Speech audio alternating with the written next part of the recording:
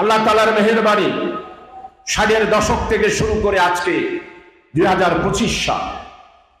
1970 সালে এক ঘনঘোর অন্ধকারের মধ্যে তরুণ সমাজকে ইসলামের দিকে কিভাবে আনা যায়, ইসলামের দাওয়াত কিভাবে পৌঁছা যায়, কোরআন এবং হাদিস কিভাবে তুলে দেওয়া যায়, বিধ্বংসী ক্যারেক্টারলেস জীবন থেকে আমাদেরকে আদর্শিক ভাবে কিভাবে গঠন করা যায়, সেই জন্য যাত্রা শুরু করেছিল 1970 সাল থেকে শুরু করে 77 সালের 6 ফেব্রুয়ারির আগ পর্যন্ত নীরবে নিরবিচ্ছিন্ন ভাবে নিয়মিত ভাবে স্কুল কলেজ ইউনিভার্সিটির কাছে তরুণ সমাজের কাছে ইসলামের দাওয়াত দিয়ে ইসলামী সংগঠন করার প্রয়োজনীয়তার উপর ভিত্তি করে দীর্ঘদিন কাজ করার পর এই তরুণ সমাজকে সংঘবদ্ধ করার জন্য 1977 সালে 6 ফেব্রুয়ারি বাংলাদেশ ইসলামী ছাত্র শিবিরের যাত্রা শুরু হয়েছে।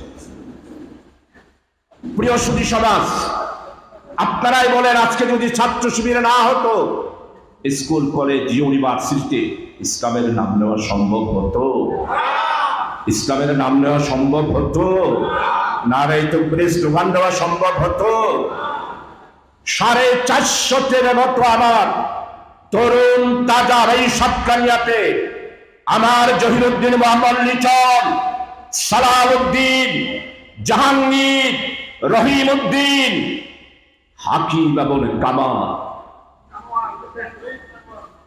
এইভাবে করে সাতকানিয়ার এই জমিন এবং লোহাগাড়া সহ প্রায় 13 জন শহীদের রক্তস্নাত এলাকা হলো সাতকানিয়া এবং লোহাগাড়া। আপনারা যারা আছেন তারা সবাই ছাত্র শিবিরের পতাকা দলে সমবেত হয়েছিলেন।